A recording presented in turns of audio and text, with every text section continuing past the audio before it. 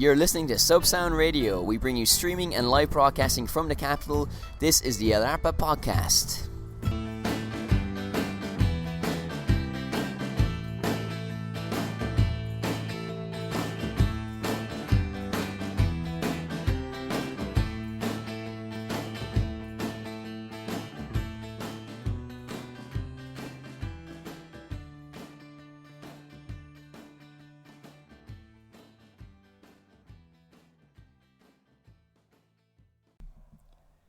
So welcome to part one of the show. Joining me in studio for a very special interview is Mary Longstockings, back from her hiatus in Switzerland. How are you? I'm fine. Apparently I've traveled from... Switzerland? No, but that was Sweden, wasn't it? Like she was from... I don't know, they're all alpine. You're thinking Heidi, I think. Oh yeah, okay. Yeah. And also you've come bearing gifts of massive white Toblerone bars. Thank you very much for that as well. So how was your trip to Switzerland? It was really good. It was freezing. Yeah, beautiful photographs. You can check our Instagram for that as well. Yeah. Yeah. So yeah, really nice time with family. Okay. Your brother was very upset to see you go. Bestest in the world. Yeah, well, yeah. Your nephew loves tickles. He does. Yeah. And they're all just breathing a collective sigh of relief because they don't have to worry about Europe. Well, yeah, I mean, it's they're already at that stage. Yeah, but of neutrality. They also have UEFA there, don't they? FIFA.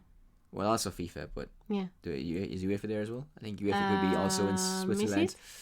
I don't know. My brother lives right next to FIFA, but I don't know about UEFA.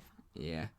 He lost you know what I'm like with football. Well, of course, for the listener, your brother lost his job when Sepp Blatter lost his job as well. In fact, no connection there. Local newspapers refer to him as the brains behind the operation.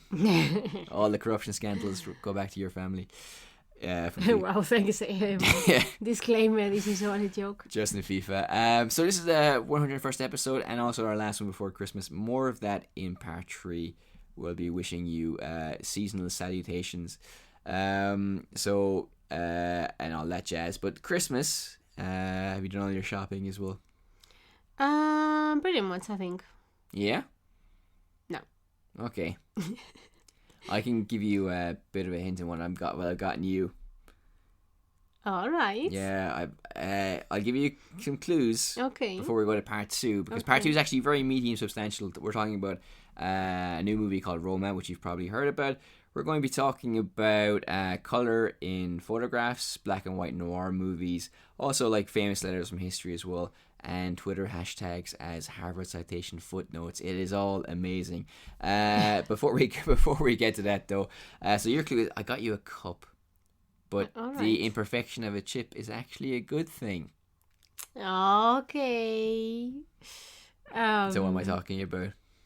Red Riding Hood? Are you deliberately not saying the right answer? Yeah, of course. Okay, what is it then? Well, I'm not going to say. Well, I know what it is, but for the benefit of the listener. No, but the listeners don't want to know until after Christmas. Okay, well, I'll say there's 2 main characters. One who's like really beautiful and the other is kind of like beastly, I guess. So I'm not sure what if you don't know what movie I'm referring to, then you should. Anyway, and speaking of your trip to Switzerland as well. Okay. You look at confusion there. You know what I'm talking about, right? I know what you're talking about. Good. I'm just like wondering what you're going to ask me. Snow White is what I'm talking about. You listened to the Blind Boy podcast, where he interviewed Bernadette Devlin, no? Yeah. Mm-hmm. And you were quite impressed with the interview style the whole package basically of the interview.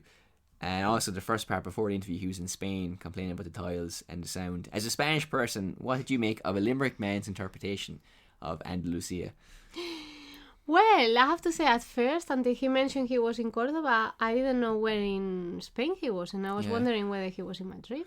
Well, he wasn't really specifying. Well, he said Cordoba, and he got corrected by someone. Yeah. And he has a Spanish clay whistle, which is called an ocarina, and he plays it. I don't think he played it in that podcast. No, he said he forgotten it. Yeah. But but then, well, he said something about, how all the stuff with ham and how basically in the south of Spain, people put ham in food because it came from the time of the Reconquista, or Reconquista, as he said, Yeah. where, Christians were getting the country back from Muslims.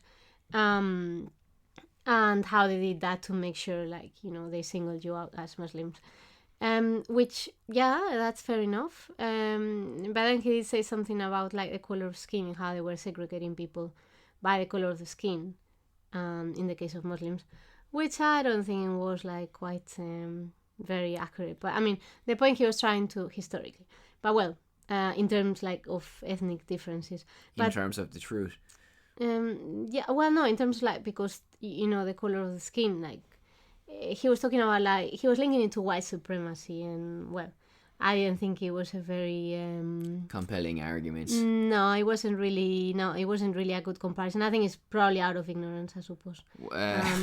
He does mention no. Settle down, Mary. It's a Christmas podcast. No, he he has a lot of. I was impressed by the fact that he knew some things about Spain, for example. That well, he goes to Spain every year for a writing holiday. Yeah, well, I figured from what he said, and that's brilliant that he's trying to. Even if he says he doesn't speak Spanish, but he's trying to pick up on some of those things. But I mean, specifically that issue of distinction by color in terms of Christians and Muslims. But I mean, just a minor thing. It's just Yeah. And anyway, he was using it as a device to introduce the topic. So. Yeah. Well, no, the blind boy plays fast and loose with the facts sometimes. A lot of hot takes, and not everything he says is going to be 100% accurate. Okay, all right. So. But it's a hell of a ride, though. Well, all right. Yeah. I mean, it was good. It was the first time I listened to it, and it made me want to listen to other episodes. So obviously, that's been effective. That's true. As I said, yeah. So you can listen to that whatever one you want. He's done 54 or 55, so you have a lot to work with there. And I think that's enough for part one. Sure. Unless you have anything other Christmas related to talk about. I could sing a Christmas carol, but... Could you? No. No, okay. Well, Christmas carols aren't very popular in Spain anyway, so... I believe. Well, they are, but just the old-fashioned ones, not like these, modern pop. Yeah. Speaking of Christmas in Spain, trying to explain what a Christmas cracker is to a Spanish student is challenging. It is quite complicated. Yeah, I've actually YouTube videos of it as well. Now, until very recently, you couldn't even show them physically, but now they've started selling them in really? Spain. Yeah. Yeah. So that, at least they know what it's like. They still don't understand what the purpose is, which, to be honest, I don't either. What do you mean you don't understand what the purpose is? You're the guys who eat a roscon where it has a bean in the middle of it. It's a Roman tradition. If you tell me the cracker thing goes back to Celtic times, then fine. Goes back to Etruscan times. Etruscan times. Yeah. Are you saying that just because it's just before the Romans, just so that you can be... No, because I didn't know the Etruscans were before the Romans. More I was a lucky guess. What sort of historian are you? Modern historian. Modern historian one. Anyway, God. All right then. So enough of this nonsense. Part 2 is quite substantial and very interesting, so please join us momentarily for that. But what's up next? Part 2? Well, a musical interlude. Oh, okay.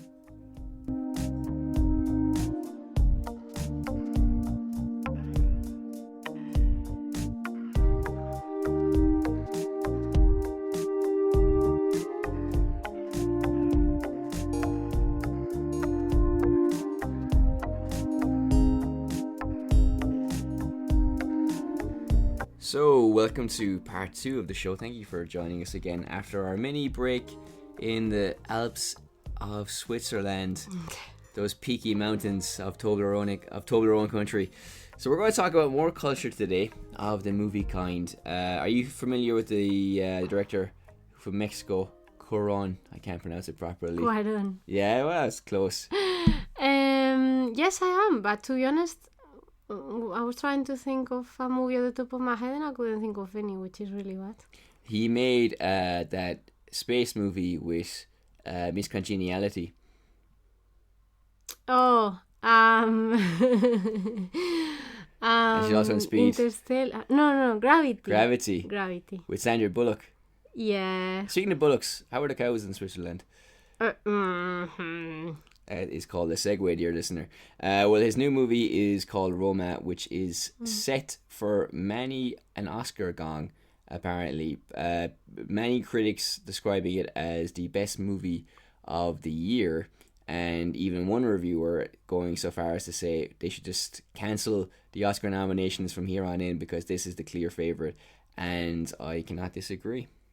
So this director has made Gravity. He's made other movies as well, and this is basically a story ostensibly about a maid in a well-to-do family, and every reviewer will mention this, and Barry, who is also famous in the podcast, has mentioned it. He's the reason I watched this movie, so thanks again, Bara Chocolade. So like basically it's an interpretation. Bara Chocolade, that's Irish for chocolate. Bara chocolate, Yeah, I know. but his name Barry is Bara, which is also like, it's a pun basically. Yeah. I was like processing the pun in Irish in my brain. So if there's one Gaeilgeoir out there who got that and didn't roll their eyes at that weak pun, but no, and so he was like saying, and all the reviewers will say as well, that this is basically loosely based on the director's own childhood and set in a very interesting time in Mexican history as well, because there's a lot of political and social upheaval, which isn't actually explored very much in the movie, but is very much hinted at around the scenes, and I think it is done very well that way because the main character is a woman who's never acted before. So this movie reminds me a little bit of Ken Loach's movies because it's social realism, but you know, his movies, Loach's films, are done in a very raw way, while this is absolutely amazing to look at. There's a YouTube channel called Every Frame a Painting, which analyzes different things about movies, and there are a lot of great movie channels on YouTube that discuss everything from the importance of milk in a movie. It symbolizes innocence, apparently. But Every Frame a Painting is one of these channels, and I mentioned this little kind of segue because this is how you could describe this movie. Every frame of this is so beautifully constructed. It's like it's a painting, for example. Now, like you remember watching the trailer, that documentary on Netflix, no? The trailer, no? We watched this at my house. No. Yes, you did. In Bulgaria, I think. Oh, the trailer. Yeah. Sorry. I thought you said the trailer, and then I was thinking, no, I haven't watched the trailer of this movie. Yeah. Sure. Well, it's a little bit like this because you remember the camera movements. They just kind of pan across, and even going back to Ken Loach, there's a famous scene in When Shakes the Barley, which is basically the Kilmichael ambush, where the camera kind of pans across like that as well. Every kind of construction of the scene is like this. I mean, there are very few close-ups until it actually matters. It's not like a traditional movie where you have someone speaking, then a reaction shot. This is very much a tableau where the camera is a distant observer, seeing all these things unfold in front of it, and in a way as well that kind of represents this main character, this cleaner, this maid, Cleo, who is an unknown actor, has never acted before, is an Indian from Mexico, and she's also on the outside as well of the family that she's cleaning for, because there's one scene where she's kind of sitting down with the family watching TV, and the wife contrives some task for her to do just to kind of stop her from becoming, too comfortable. And this whole kind of like mise en scène, which is basically how every scene is constructed in any movie, from the props to the costumes, is so distinct and so gorgeously done in this film that even talking about it doesn't do it justice. And no matter what review you're going to read about this movie, they're going to talk about this primarily. A few standout scenes. I mean, in a way, when you think of Latin American culture, you think of magic realism through literature. And even though this movie is very natural, there's like a hint of like magic to it as well. It's filmed in a very peculiar style as well. It's filmed in black and white, which I think, I mean, you remember the story I wrote for a competition recently, you know? Yes, I do. Well, the reason I bring it up is because I showed you the instructions for it. It had to be unheimlich. Oh, yeah. Dreamlike, memories popping up like ghosts, and things like this. I had no idea what he was looking for, basically. But you can listen to or you can read the story in our blog, Irish Slice of Madrid.wordpress.com. And he was actually quite happy with it, to be fair. So I somehow fluked it. But the reason I bring it up is because I think black and white movies have a certain character that really allow for beautiful filmmaking and very symbolic filmmaking in a way that sometimes color films don't. They don't have that capacity sometimes. And I think as well it really suits his style because in a way, not only is it the black and white, but even just the kind of the dreamlike sequences.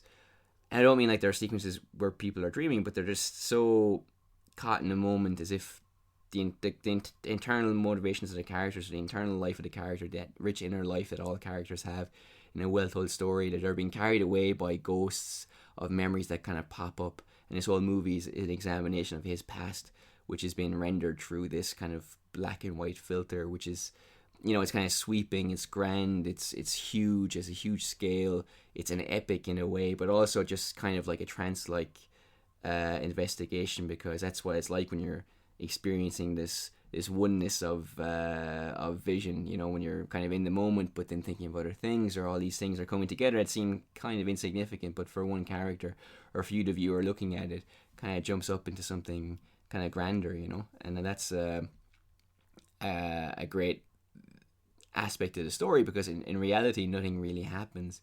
And even though you have I won't give any spoilers, but there are a few dramatic moments in the personal lives. One reviewer even said that the story, it was kind of redundant in a way, because it's just about things that happen on a daily basis for these characters. And as I mentioned before, they kind of refer to political and social things that are happening around his family life, but they're not really explored in the movie, which makes sense because the character herself, God bless you, we need to use that mute button more often. She's like, she's not a person who has a lot of stake in Mexican society, so what they're fighting for wouldn't really have much of an impact on her anyway. So I think by not showing that, in a way, it's kind of showing a lot as well, if that makes sense. But I think it's just a movie that needs to be seen because it's very well acted, very emotional, and very beautiful to look at as well, just beautifully constructed. Now, some people don't like black and white movies. How do you feel about them? I think I like them very much. Of course, it depends on the movie.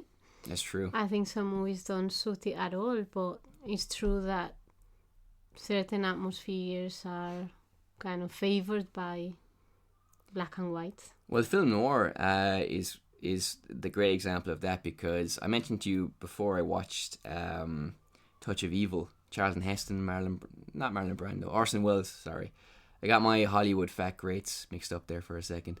But like the shadows are richer in black and white movies, even like things like Vertigo. There's so much that can be done cinematically or through the photography of the movie because it's black and white.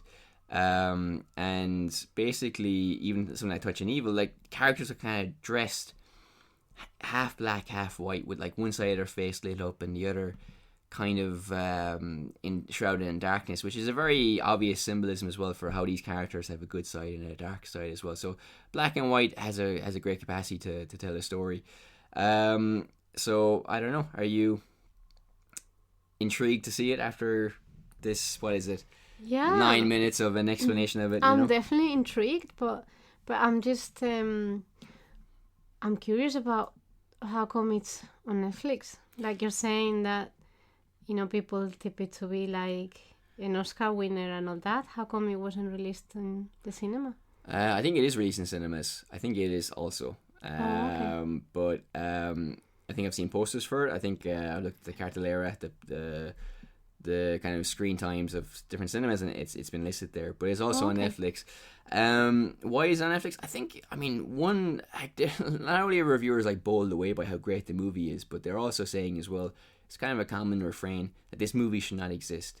Or it also raises the question of how like Hollywood moguls still earn a living. And when they say it shouldn't exist, it's not a criticism. It means it's so beautiful and so amazing as a movie that like how is it made at all? Because like most movies don't reach this level of greatness, Okay. Well, it's quite refreshing because in recent years we haven't seen many like outstanding movies, kind of when we talk about big Hollywood productions, for example. Yeah, I mean, one word I'd use about the movies is courageous, because just, doing research for this as well a little bit, there's other movies obviously that use this style where the camera definitely takes a step back, and it takes a lot of courage to do that, because you'd have to really commit to letting the camera linger.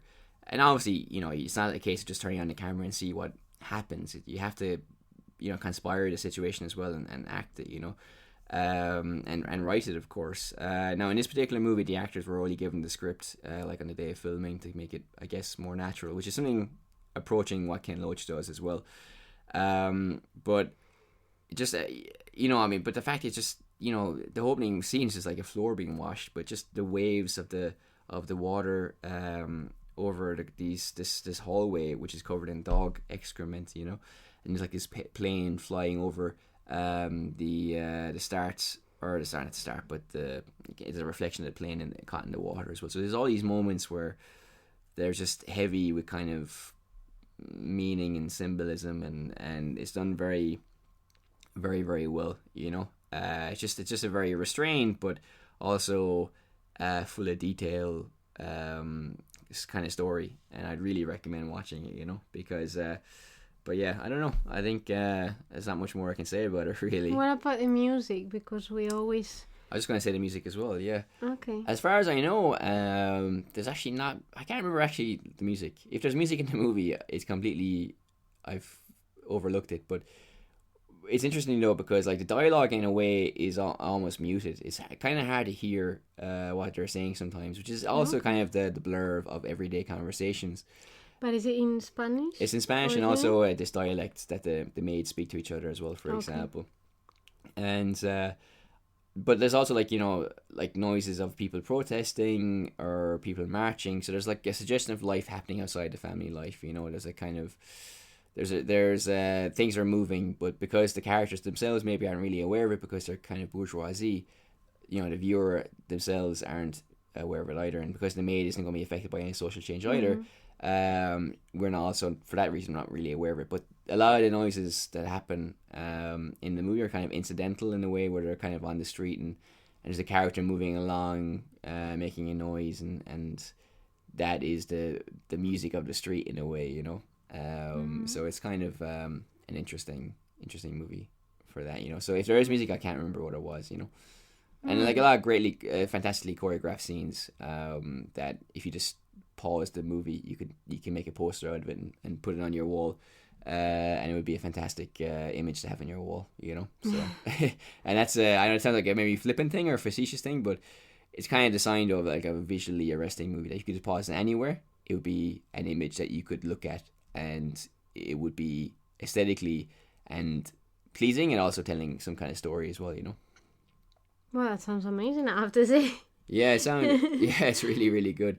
But speaking of colours as well, because we were talking a little bit today as well about this BBC history podcast, which is about kind of like, I guess, you know, colour and its use in movies, but also in historical photographs as well. Mm-hmm. So have you ever seen historical photographs with colour infused into them, and what was your reaction upon seeing them?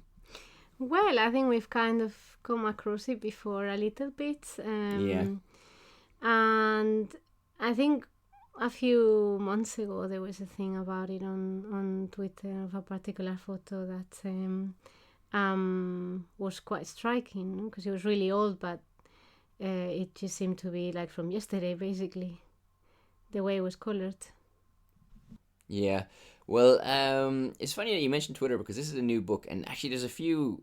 It's a great industry that the British History Magazine podcast has, because they're basically selling books as well through the podcast, interviewing the authors. Anthony Beaver... Is it Anthony? No, it's not Anthony Beaver. Simon Sebag Montefiore. His book is the one he's edited about world letters. And another guy has done this book in collaboration with an artist, well, also an amateur history blogger, with these photographs of full colour. And he just saw it on Twitter. He's supposed to be writing a book about the Templars and was just procrastinating, lurking on Twitter by his own admission, and saw it and then contacted his agent saying, sign this girl up now before anybody else does, you know. It's an amazing podcast because the girl interviewing them sounds like she's just like in heaven, surrounded by these history people. She can't stop giggling. And then the guy himself keeps making jokes that are funny. So it's kind of like a more dynamic BBC podcast history. Okay, that's unusual. than other ones. Yeah, it's quite strange, but in a good way. And so it's just like a lot of criticisms they say, well, they've received, is that you're kind of misrepresenting history with the color, but they say we've done a lot of research into it, and we know what the colors are for the most part. And anyway, the black and white photograph is still there. But what they do talk about though is that there's just an emotional register there with these photographs that doesn't exist with black and white ones. That like it just something is different. It breaks through a wall there when you see a color photograph, and I think that is very true in my case. I guess you've also experienced that, no? Yeah, definitely. I think, well, it just sort of like brings them to. I think before this we saw a few images, a few historical images, that were. It's kind of like, I would say, a similar effect to those ones that are in the same location, and then part of the photo is like current day, and then the other part is historical. Do you remember? Yeah. We saw them some time ago. I remember that, yeah. And that helps you kind of like identify more with the photo.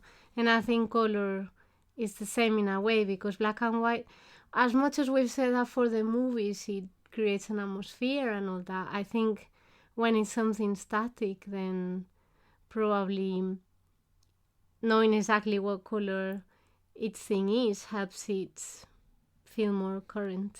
Well, apparently there's a photograph of Queen Victoria in the book where she's wearing a white dress, and the illustrator, not the illustrator, but the person who's in charge of applying the colours said, like, this is amazing because we always think of Queen Victoria wearing a black dress in mourning for Albert.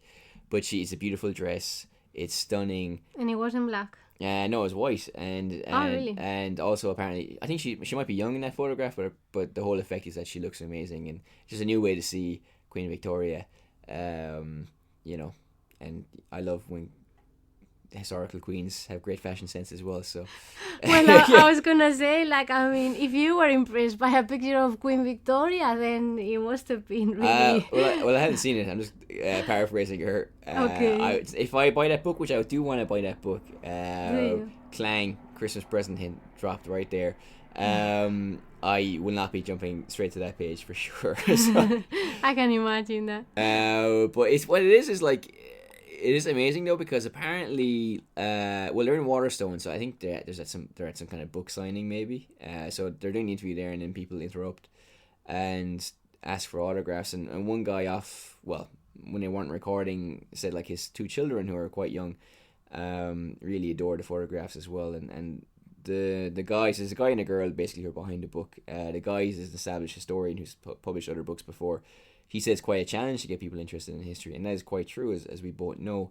And there's an age when people are maybe more susceptible to developing an interest in something, because very often what can happen is people don't really look at history until they're maybe older or retired, and then develop their interest in it. But that's a huge part of your life where history's not a factor, you know. But things like these color photographs that make it more immediate and make these people, I guess, in the eyes of the reader, potentially could have a huge benefit for people getting more actively involved in history and caring about it more, which is something that we're both passionate about. I thought as well, like, in terms of the technique, was interesting because you talk about the technique of translating, and even though they're two different disciplines, like, there's a lot of similarities in kind of applying the scientific process to maintaining the accurate voice of the person, whether it be in a text or in a photograph, as well, wouldn't you think? Yes, definitely. Well, okay, that's an interesting comparison. So I think it's just really great. Yeah, it sounds like I haven't seen any picture from the book, to be honest, but it just sounds like an amazing collection, and even like it's just fascinating as well, because I assume as well, she said like there's some photographs, there's Mussolini. By the description of the photograph, I think I know exactly what they're talking about. When he's strung up from a lamppost, he's just been murdered basically.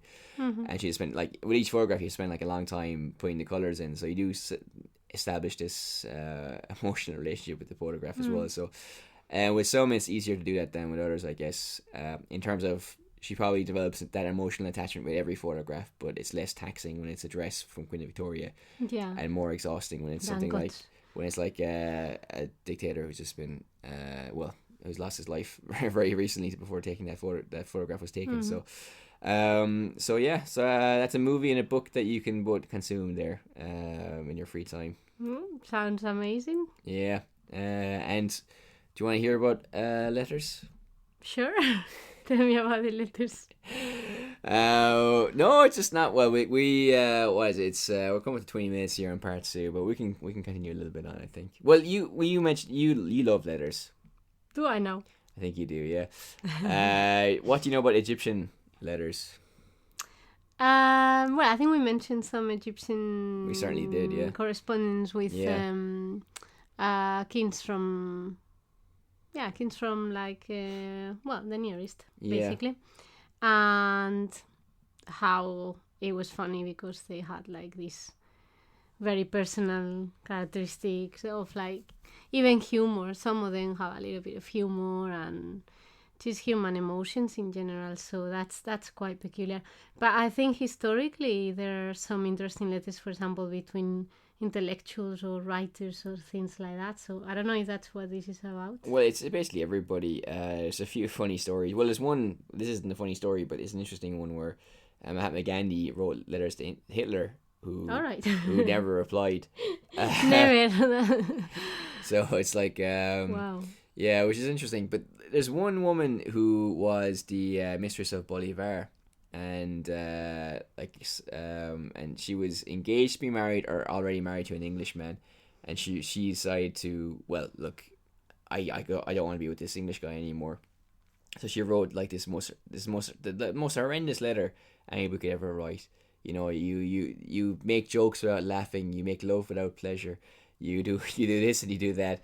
And surely when I see we'll be married again in heaven because heaven's made for boring people, and I wish I could honor Bolivar more by leaving a better class of men or something like that. Well, that's nice. That's yeah, well, it's incredible, but you get like a lot of love poems, obviously, but also sharing ideas. And what's also interesting as well is like what it means outside of the book itself, because like Simon Sebag Montefiore is kind of talking about this, like I like saying that name, but he I've noticed like I always like find it so hard to remember, but you seem to. Oh, it's okay. For me it's easy to remember. It's very distinctive. Montefiore. It's Montefiore. It's really funny because then like he's so British. I mean. Yeah, well. You know, so it's funny he has that surname. Yeah, I'd love to know.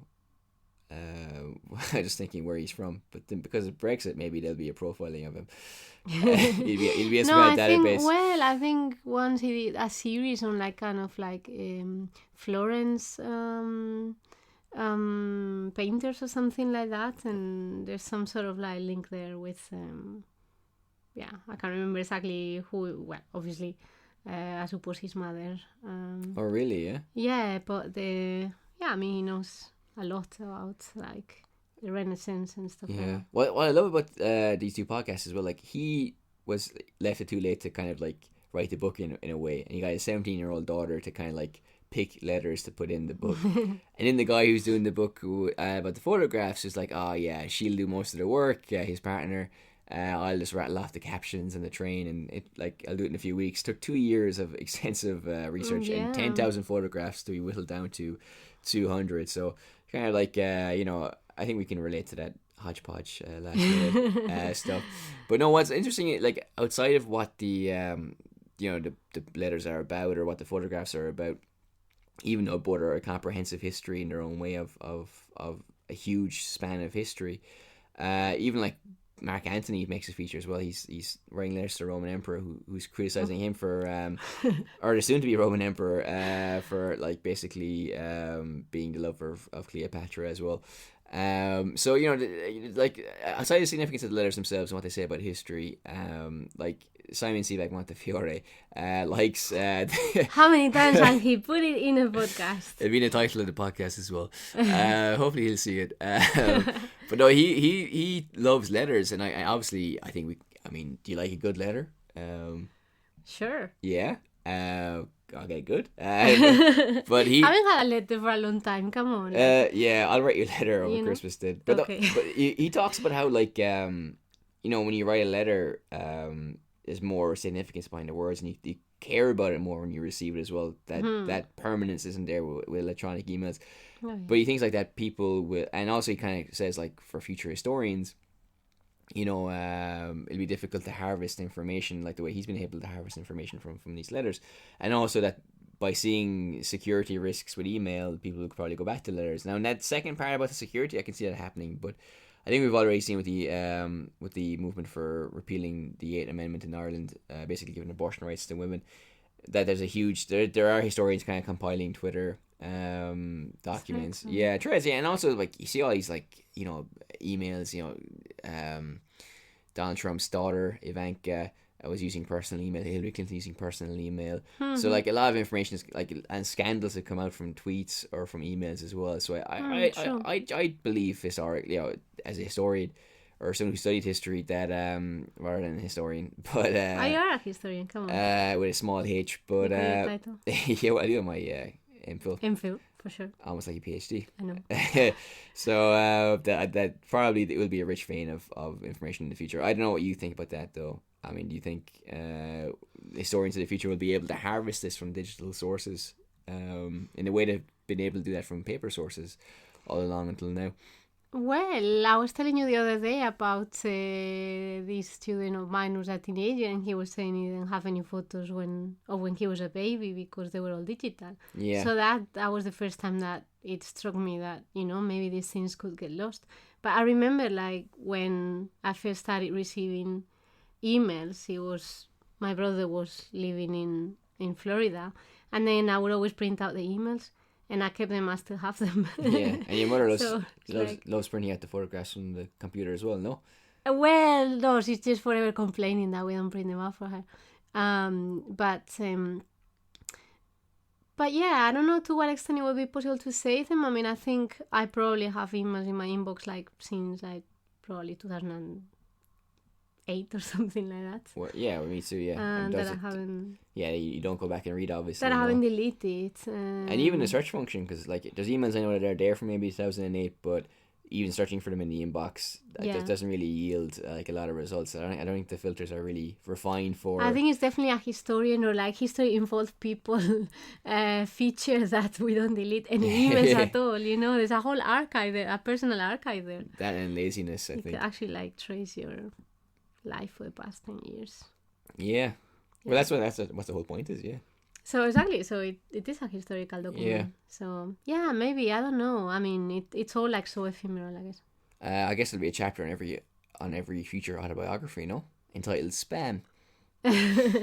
Junk folder. Junk folder, yeah. Yeah, I don't know. That's yet to be seen, I guess, but... Did Donald Trump need Cialis? Check his junk folder. Okay, heavy silence after that. No, I was just thinking of like whether, to what extent things or emails have been preserved, or just what you were saying before, because the thing with Twitter is that you're right, maybe some Twitter threads have been preserved and so on, but then, it's moving so fast. There's a new controversy every half an hour. Yeah. So whether that's going to be kept in the memory, I mean, probably like they'll end up doing some sort of archiving library project of digital interactions, which to a point there's already like the odd thing for specific disciplines. Like for example, for archaeology, there are some like digitalizing projects with like social media and stuff like that. Well, already. So probably they'll do that. Well, in a way, and I've just thought of this, but this is brilliant. Even if you say so yourself. I mean, the hashtag is basically the footnote of Twitter. So, I mean, you already have marketing people tracking the engagements of certain hashtags, like sharing is better, Sainsbury, Christmas 2016. There's only one difference with that. What's that? That nobody reads the footnotes. No, but historians do. So people can find this, like, we'll be able to see probably hashtag, Black Lives Matter or whatever, and see like metrics that a marketer would use, but also they could apply that same information in a historical context as well, probably. I don't know. Yeah, that's brilliant, no? Yeah, well, why don't you get on with it? I mean, it's a good idea. You might as well. Now you've just told the entire world, so probably somebody will steal it. Well, yeah, I don't think you can patent history, but anyway, well, before the matter of making our own history, we have the small matter of part 3. So if you are very kind, dear listener, please join us momentarily in that part, unless you have anything more to add. Nope. Oh, well, that was very fast. All right then.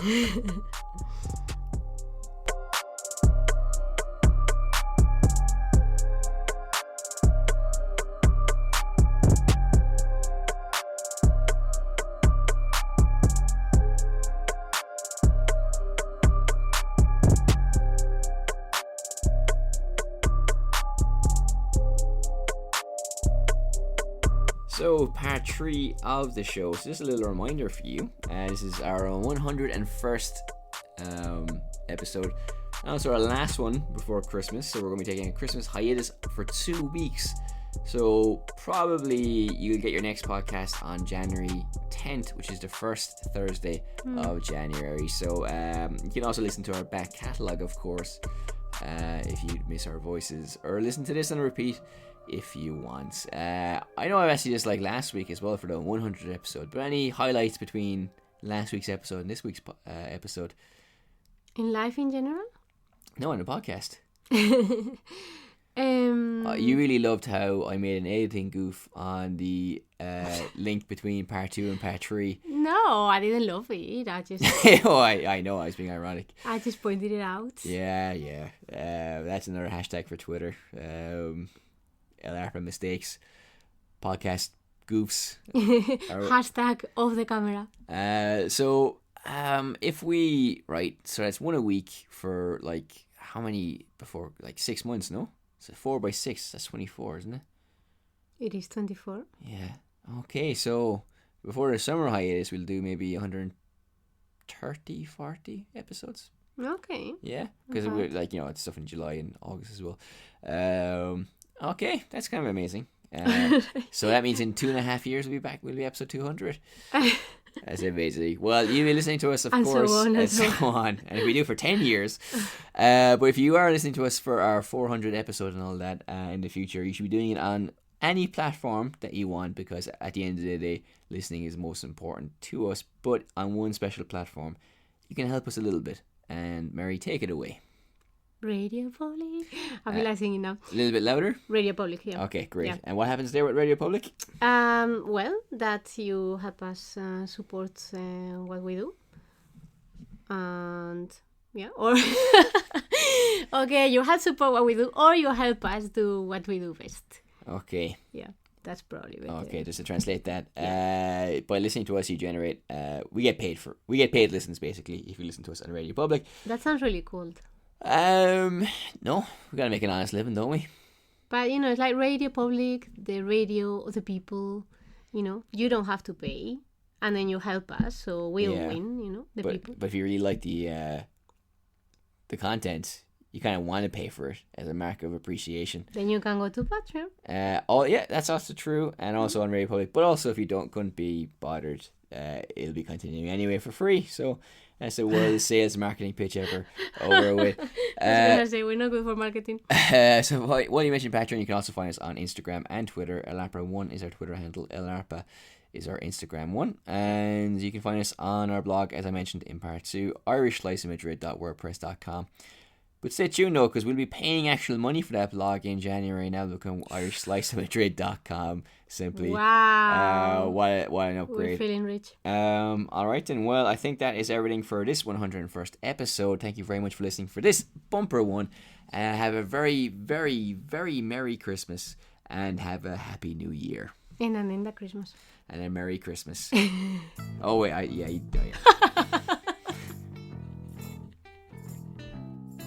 The LARPA Podcast, the home for cultural chit-chat in and outside Madrid. People will talk.